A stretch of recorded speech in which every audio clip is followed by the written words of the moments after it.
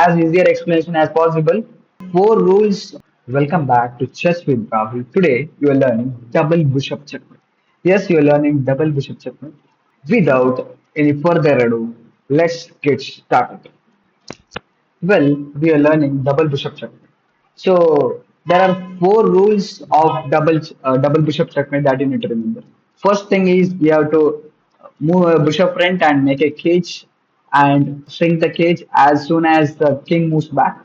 Whenever you're not able to take your bishop's front, you have to bring the king front. That's the second rule.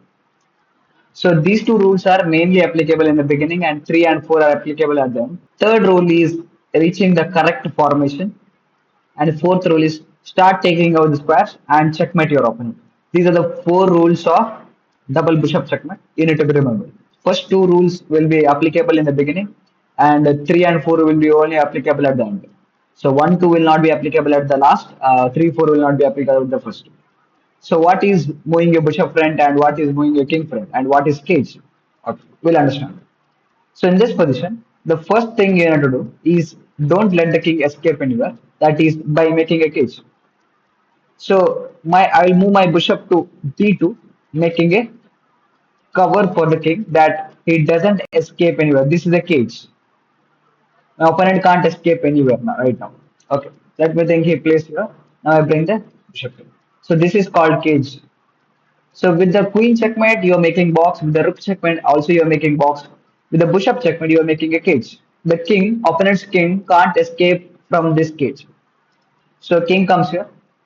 So what is bishop front? Okay, we'll try to apply the bishop front. We should not move our bishops too far. The bishops should be always together and should be shrinking the box whenever the king moves back. Now in this position, we can't move our bishop here.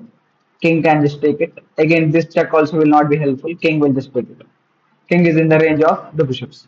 So whenever you're not able to apply the first rule, we have to apply the second rule, that is moving your king front.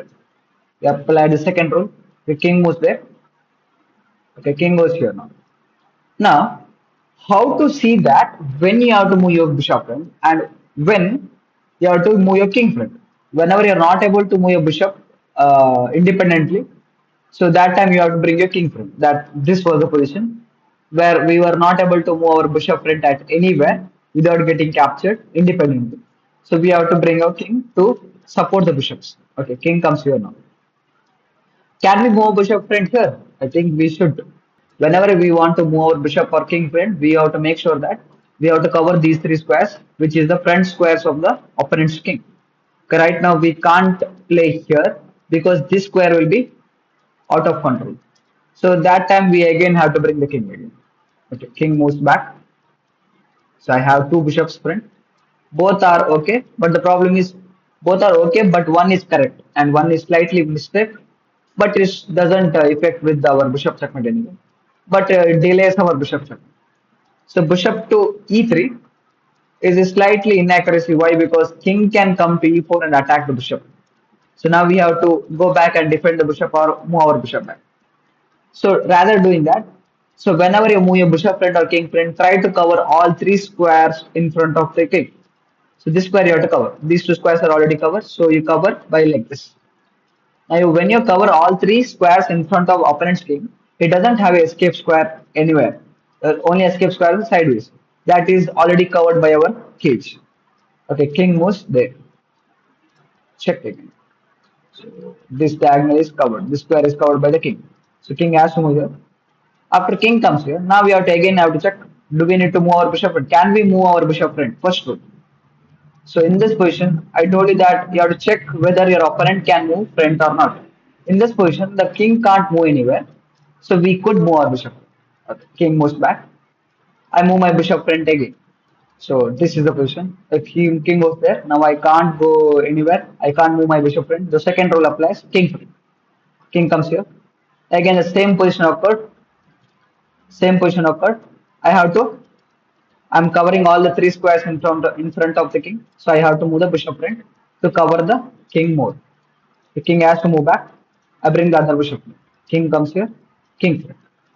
So whenever I'm able to take the bishop front, take the bishop front. If you're not able to take the bishop front, king front. Very, very simple. By applying two principles or rules or conditions, you can say. you can get your opponent's king one of the corners. 8th rank H file, first rank A file. These are the four corners you can take your opponent to by using the two principles. Very, very simple principles. King goes over there. Can we move a bishop friend?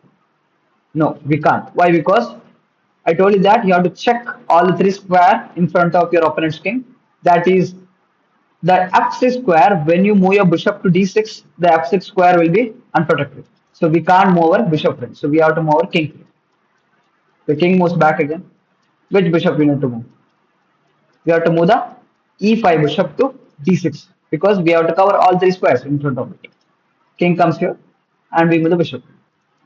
So this is the final position you have to get when third rule applies. This is called formation. What is this? This is called formation.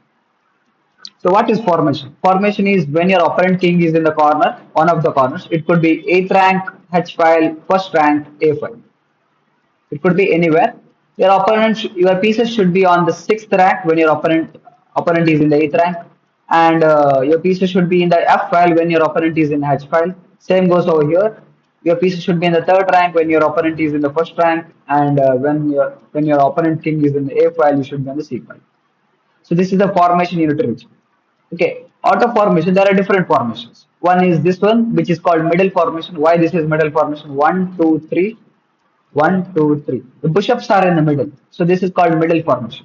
If one bishop were here rather than in this position, if the one bishop was on c3, c6 rather than e6, this is called longest and shortest formation or longer and shorter formation. So you need to see that whenever your bishops are in longer and shorter side formation, your king should be in the shorter side, but in this position, your king could be here or here. It could be anywhere.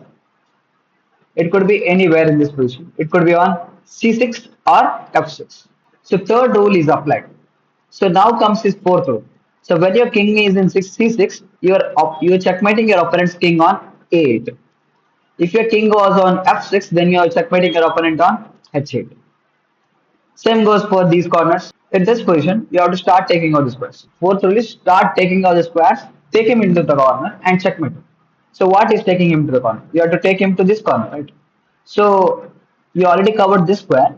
You have to cover this square next. Now it's his turn. When he plays to d8, when he plays his king to d8, we cover that square by our bishop because we want to take over the squares. We have to take away from this side and give the axis of these squares that he can go to this corner and we'll start blocking from this side. He has to go to that corner. Now again I block it.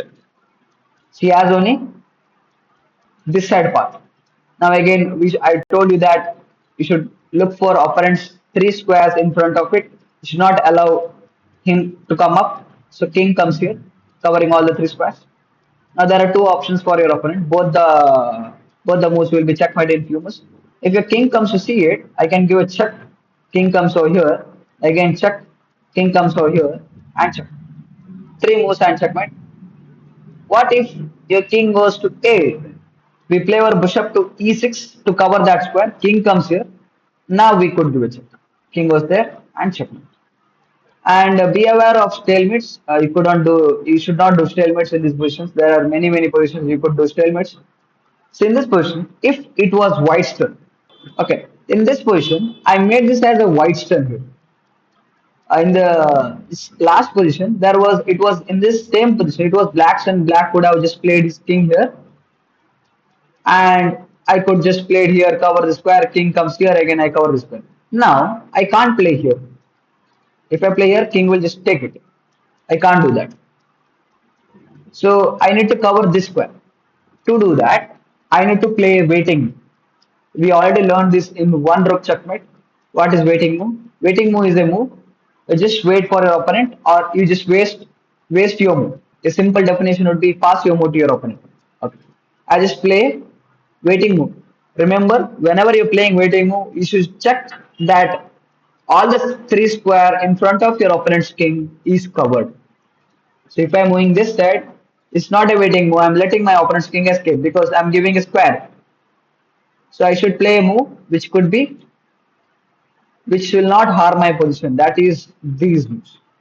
Waiting moves are a move which doesn't harm our position but passes to move your opponent. Okay. Bishop could be you could move your bishop anywhere and he has to place king to d8. And I cover on e8 square. I cover the e8 square now. And now there is no option for black and he has to play here. Now the same position comes in. Now again, remember that three squares should be covered. I should move my king front and I should look for opponents all the three square in front of it, all the squares, all the time. I need to look for that. Whenever I give up those squares or do not cover that square and play here, and there is some 50 more rule problem. There is a rule called 50 move rule. If you don't checkmate your opponent in 50 moves, it is a draw. So if you miss too many times, if you let your opponent escape so many times, then it would be draw by 50 move rule. We saw a middle formation. I'll show you a shorter side formation, shorter side and longer side formation. Now this is a shorter side and longer side formation. You can see that if there is a shorter side and longer side formation, your king must be in the shorter side. If a king is not on the shorter side, let's assume your king is here on e6. What should you do? You should bring the king to the shorter side. Very, very important.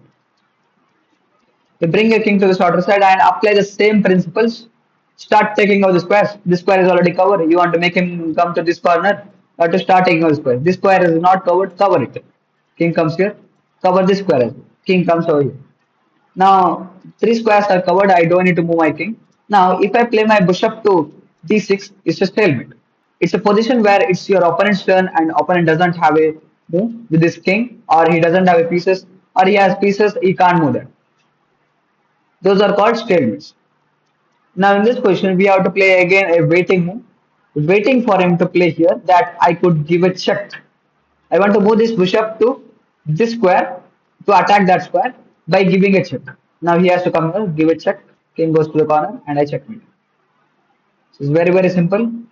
And again, if and I just transpose this position. Now I just transpose this position from black to play to white to play. Now again the simple thing again I can't play my bishop over here. This square is already covered. I can't play my bishop to e7 to take over the squares because the king is guarding it. So I have to play a waiting move and king goes away from that square. Now I can control that square. King goes to b8 square. Then I cover with the d7 square and I control it. So king has to go to the corner. Now I can't play this move because it would be stalemate. I have to do a waiting move. King has to come to b8. Then I cover with the bishop. King goes to the corner. Bishop to c6, and that is a checkmate. There are some things to be remembered. There are four rules you need to be remember. First is bishop front and king front. That is very, very, very important to take your opponent to the corners. After reaching your opponent, taking opponents to the corner, then three, four rule will come. That is reaching the correct formation. And the fourth rule is taking out the squares and taking him to the corner and checkmating him, which is applicable with the which is used by waiting moves and start taking out the squares and with king moves and all to cover all the escape squares. And three square in front of your opponent's king is very, very important that you need to do. And yeah, these are the things that you need to remember. And cage with the bishop and bishop should be always together to shrink the cage. And whenever you're not able to take the bishop front, king front, so whenever you're able to take the bishop front, take the bishop. Then formation comes, then taking out the squares and then checkmate. I hope you learned double bishop checkmate, which was I try to get this as easier and as easier explanation as possible. I hope you all learned the bishop double bishop checkmate. If you didn't learn or if you have some confusion, watch the video again one more time and I think you can clear out the mistake. Or if there is something that you still have problems or doubts with that, you can put a comment and I can give an explanation on that in the next video. Yes, that's it for today, this video. I will see you in the next video.